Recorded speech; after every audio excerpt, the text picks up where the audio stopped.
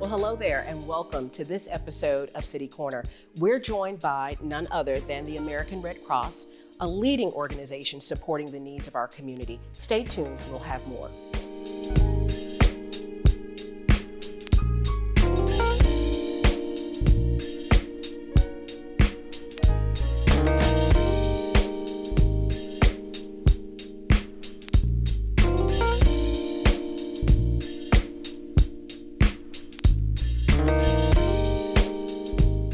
Well, hello and welcome to this episode of City Corner.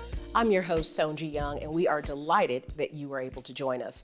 You know, March is one of those months, as they say, we can expect inclement, changing weather, but lots of great things are happening in our community. And one of the organizations that helps to champion that is none other than the American Red Cross of Greater St. Louis. Today, I am joined by Executive Director LaKricia Cox. Welcome, LaKricia.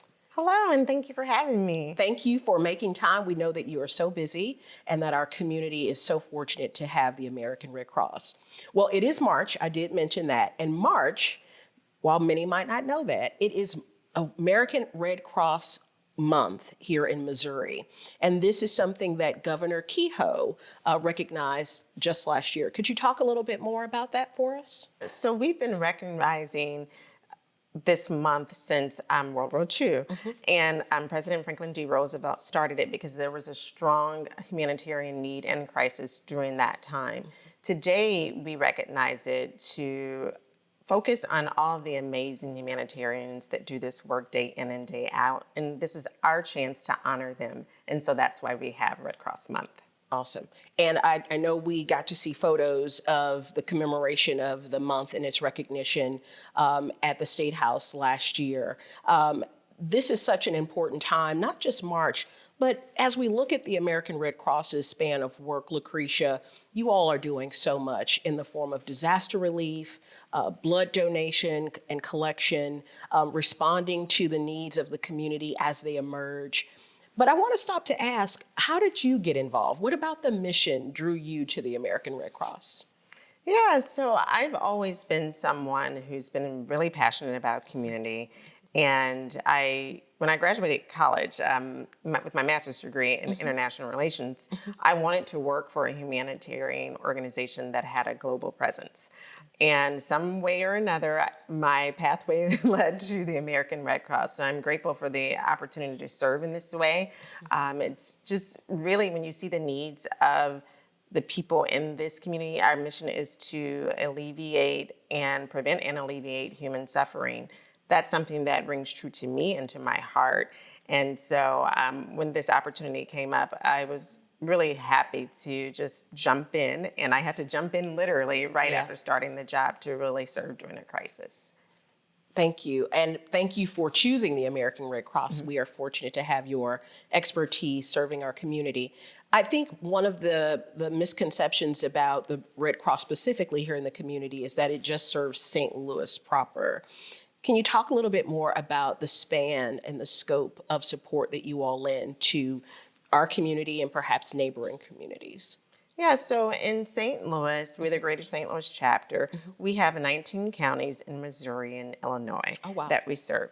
And so that's all the way when you think of Warren County, you think of St. Francis County, St. Genevieve County. And then on the Illinois side, we serve those counties as well. And so we have a team that goes out anytime that there is a crisis or there is a need. We have a team that goes out to serve that community. I want to give the American Red Cross just a note of gratitude. In 2008, you and I briefly talked about this before the show, but you know, most people don't ever want to assume that they'll need emergency support of any sort.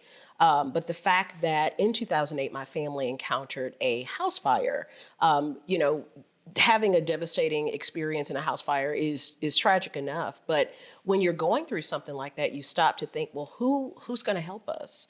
And what do we do next? And it's not necessarily something that you practice, but I vividly recall the American Red Cross showing up with the first responders. So with the firefighters, with the police department and ambulance, the American Red Cross was there. So I'm so grateful because they provided a lot of our needs that we didn't even know we needed at the time. But can you talk about perhaps a little bit more about what it takes to show up for families and community members that are stricken with that type of emergency? Yes, I tell people all the time the number one disaster that we respond to every day are home fires. People are experiencing so much, like you mentioned, it's grief. You've lost Right. so much. There's also a lot of uncertainty about what's next. And so what we do is we provide comfort and care on the scene. So we might give you a blanket. We'll give you a comfort kit. We'll take your information and connect you to the resources that are available to you so that you can take that next step forward. And that's part of our humanitarian effort that we do day in and day out every day. We also have, other types of opportunities. We're well known for blood. People know that we save lives through blood, and it's great, and it's needed, especially now more than ever. As you know and may have heard earlier this year, we were in a crisis with a national blood shortage. Yes. And the American Red Cross accounts for over 40% of the nation's blood supply. So then when we have a shortage, then hospitals don't have what they need to help save lives and the supplies that they need. And so the blood drives are critically important. We have 7 to 11 in the area per day, just to make sure that we're meeting the demands and the needs of the local hospitals. And so it's critically important.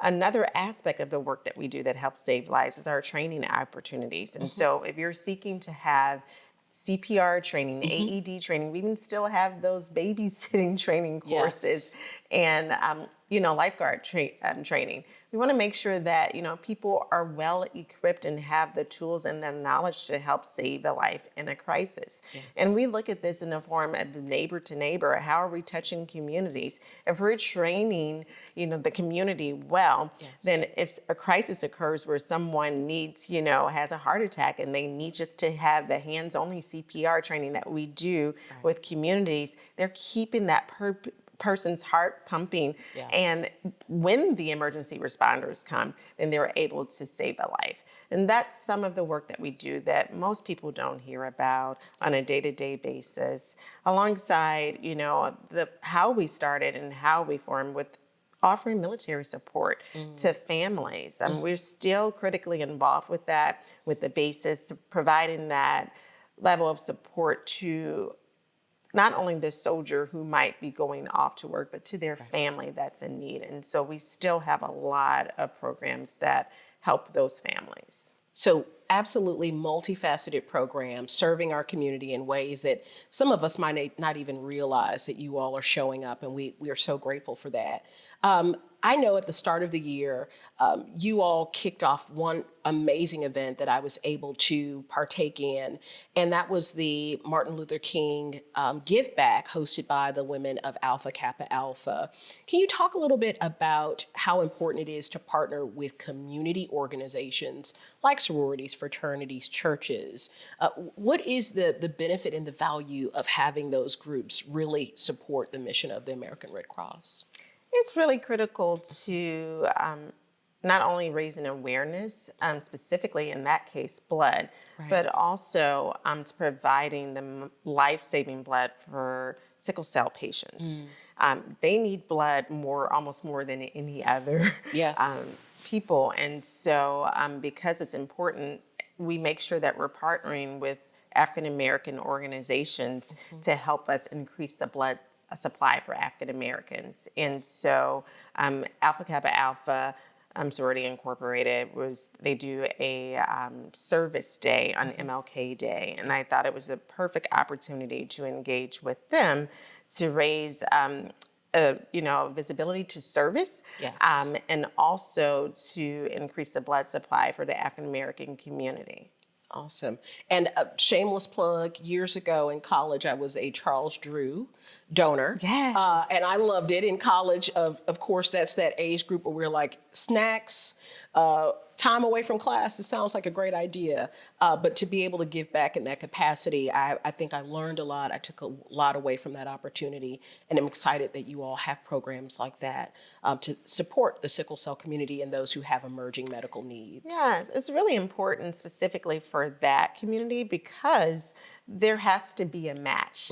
And so sickle cell blood recipients are more likely to receive the blood better if it's an African American person. And I don't think most of the general population knows that. And so that's why there's so much emphasis on getting diverse blood supply, not only in the African American community, but also in the Hispanic community as well. Exactly. Well, I know in the time that we have left, one of the things being that it's this time of the year, we're always looking at weather preparedness. And we are coming upon the 1-year anniversary of the tornado that we experienced last year. I just want to stop to say thank you to the American Red Cross. Thank you to so many organizations that came together to wrap their arms around our community last year and continue to do that even today. But as we wrap up, how can people get in touch with the Red Cross if they want to continue to help with what's going on, whether that be with blood drives, disaster preparedness trainings? Is there a website that they can connect with the organization by way of? Yes, it's www.redcross.org. You can reach out at any time. I always encourage people to call 1-800-RED-CROSS. You can call that number and they'll connect you right to the places that you need to go. Awesome. LaKricia Cox, it has been a joy to have you here. Thank you for your service to our community through the American Red Cross, and we thank all of your team for what you do every day. You know, the American Red Cross is one of those organizations that's impacted my life and the lives of so many across our city. We want to thank them for the service, but we more importantly want to encourage our audience to get out and get to know the community by way of service. As she shared, check out their website, call 1-800-RED-CROSS, and more importantly, we just want to thank you for joining us here on City Corner. Next time, we hope to see you again, and in the meantime, have a great spring, and we'll see you in April. Take care.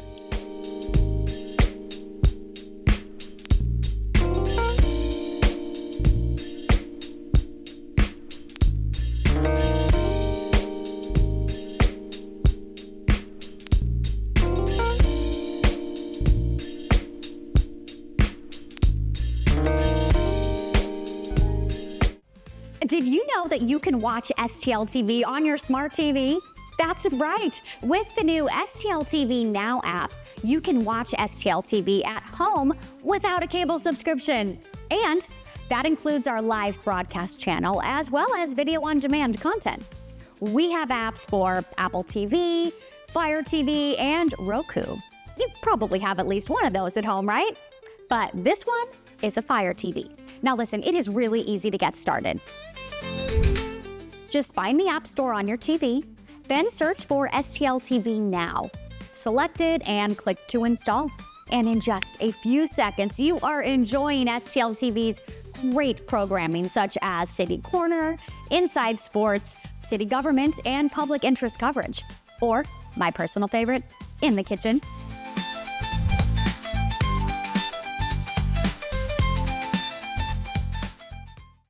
Visitors and residents love the St. Louis Zoo because it's free. There's a train, a carousel, opportunities to make new friends, and plenty of fun learning experiences with the animals 363 days a year.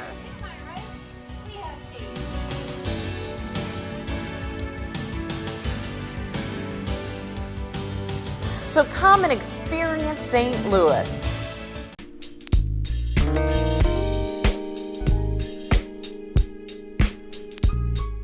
Welcome back to City Corner. I'm your host, Sonji Young, and we've been talking to Executive Director of the Greater St. Louis chapter of the American Red Cross, LaKricia Cox. LaKricia, you know, as we were going to break there for a moment, I was thinking about last year this time, really spring, summer, and we were not prepared for, I think most of us were not prepared for the magnitude of travesty and challenge that we experienced from the tornado that occurred in May of last year. And as I start to think back about what I was doing, I shared with you at the start, I remember vividly that day I heard the forecast that we were going to get storms, but I vividly recall the sky just really going black. And I was in North St. Louis County. And I immediately, in that moment, grabbed my pets and tried to find shelter. But even then, it felt like I didn't have enough time. And that, unfortunately, is the story for so many families that just we didn't have time to respond to, quite frankly, the magnitude of the storm that hit the city last year. How did the American Red Cross really start to dispatch and show up, if you could take us back to what you recall? Yeah, so on that day, we were actually, a team of ours were focusing on disaster preparedness because we want the community to be prepared in case there is a tornado. On that day, we were having a meeting with a community partner, and we noticed the same as you. The sky was dark and it looked weird. And I decided to go back to the office because I saw all these images on Facebook after our meeting. And I'm like, is this our city? I'm like, I need to get to the office. And so immediately, the Red Cross responds to the immediate needs. And so a lot of people know to call our 1-800 Red Cross number. When we were in the office, we got a tremendous amount of calls, and we knew right away that we needed to open a shelter. And shelters, what they do is provide people a place to stay. And we have volunteers from all over to come to help really just man the shelters. They've been trained to do so.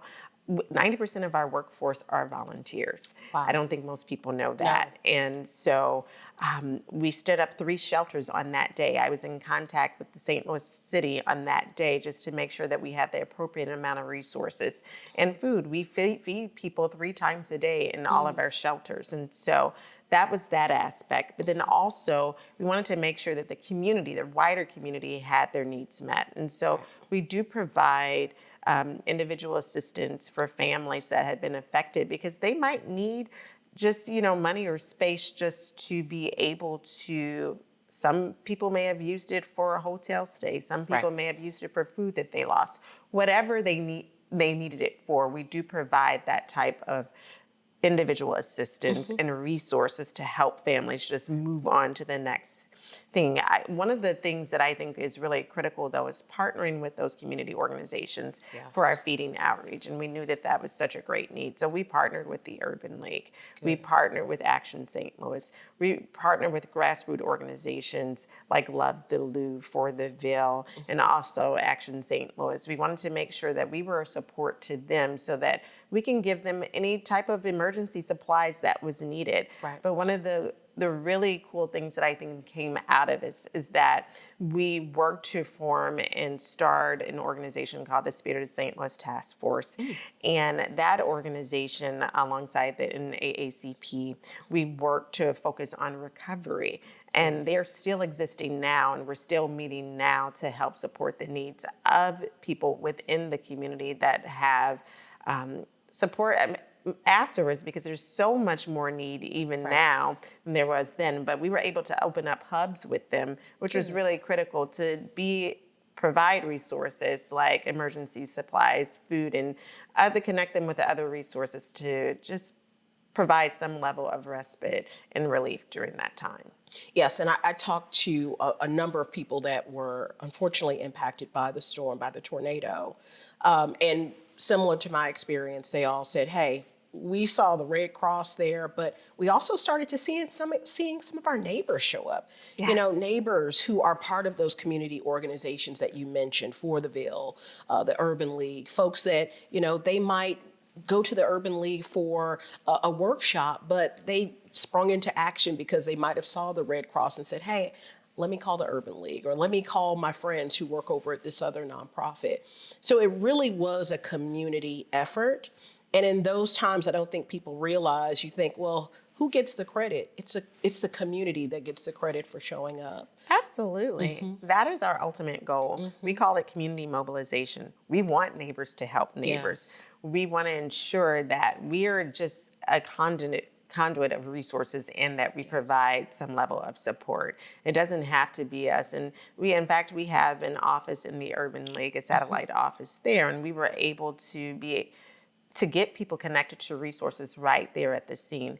I always tell people the day before the tornado on May 15th, we hosted a disaster preparedness workshop that night. And most people thought, oh, well, what do we need this for? Because tornadoes don't hit the city often. Right. That very next day, it impacted the Urban League's building. And it was just so grateful to have that partnership with them to support families. Even with their hotel stays, we have a program that's called Shelter Residence Training. And in that program, we help the people from the shelters that if you need it the most, we give help to people who need it the most and the most resources. We help them get into immediate or temporary housing or even long-term housing afterwards. And so that looks like maybe we would pay their first month's, last month's, and a deposit to help them get to their new space to start their journey, because it's not easy when you've lost everything. No, it's not. And to your point, it's tragic enough to have to remember and recollect what you've just gone through, right? A natural disaster, but to have to sit with family, and sometimes people don't have family to sit with, to think about what are the next steps, right? Where am I going to live? What does this mean for my job? What does this mean for my children if I have small children in school? So to be able to take just one of those burdens, at least one of those burdens off the shoulders of folks that have had to deal with so much is amazing feat that we appreciate you all for taking on. As we kind of wrap up the conversation around the tornado, one of the things that comes to mind is you said 90% of your workforce is made up of volunteers. And after volunteers have encountered and supported families through all types of disasters, how do we support the volunteers? What do you do to support the volunteers? Because that's a lot that they give back. Absolutely. And that's one of the main reasons why we have Red Cross Month, again, is to honor those who are the humanitarians who are doing the work day in and day out, who respond to the home fires, who respond to the disasters. We do something during April for national volunteer recognition, but we do things for them all throughout the year to make sure that they know that they're important. And they show a lot of responsibility. They have a lot of leadership roles, and some of them may deploy to other places. And so we're really grateful to have the volunteers that we do. And right now, it's a call to action. It's just like, FDR needed then, we still need more volunteers now more than ever to help respond to the growing, as we know, disasters that happen more frequently than they were in the past just because of changing weather patterns. So we need more volunteers, and we try to do our best to support them, to know how much we appreciate them. Awesome. April 11th, if I'm not mistaken, is a big day at the American Red Cross. Talk to me about the event that's coming up. Yes, so we have an event that's called Sound the Alarm. I love this event because this focuses on the prevention part of our mission.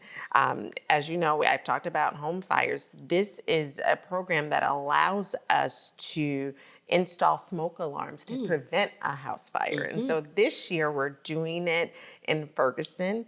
We've been partnering with Christian Hospital, which is great. And we're going to do smoke alarm installations, but not only installing, we make sure that people are educated. So we talk to them about, what's your safety plan? In case a fire comes, where's the place that you're going to meet, your family going to meet? Right. Where are all the exits in your house? Do you know them in advance? Making sure that they are educated about that so they're safe. And also, Christian Hospital is really going to focus on making sure that there's safety in their home with guns. And so they're going to give them gun locks, and then we're going to talk about the education around that. So we're excited for the collaboration. We're excited to work with the fire department because they're also our partner, and they come in and they work and join with us on that. And so we encourage you to come out and to volunteer, because we're still looking for volunteers on that day, and you can sign up. Awesome. So we've got a multitude of opportunities as community members to be giving back in collaboration with the American Red Cross. I've heard you talk about blood donation if you wanted to be a blood donor. Some people don't have the capacity to necessarily donate blood, but maybe they can work a drive, perhaps. Maybe they can come out or recruit volunteers. You've also talked about the community disaster relief volunteer aspect of getting trained so that you can get deployed or dispatched to an actual emergency of some sort to support families in the community. And now we've got April 11th, where we can also show up to support the Sound the Alarm event. Yeah. So we talked about all of these amazing events, all of the responsive actions that you all have taken in the sight of emerging emergencies. How do you all sustain your mission? Because I'm thinking to myself, surely this costs a lot. This is a huge undertaking. How do you all sustain the mission? Yes, so we do so by individual contributions. And so that's probably our largest source of income, is just by individuals giving to our mission. We also obviously work with corporations and they give as well, and grants of that nature, but it's all a movement. We like to call it a Red Cross movement. Yes. And we invite you to join in to support our mission that is critical to the needs of people every day. Awesome. LaKricia, it has been a pleasure to talk to you more about the Red Cross. Thank you for your expertise that you have brought. Happy anniversary on your job anniversary. Thank you. And we are looking forward to the amazing events that are coming up for us to get plugged in and engaged. Thanks again. And thanks to you for joining us on this episode of City Corner. As LaKricia shared, the American Red Cross is doing so much. You can reach out to the American Red Cross at 1-800-RED-CROSS. You can also check out their website and specifically look at the St. Louis chapter to find out how you can get plugged in and involved as a volunteer or as a community member that cares and wants to donate back. You know, the American Red Cross is amongst a multitude of amazing organizations that serve our city. And we, as community members, and it sounds like growing humanitarians, can show up and make a difference.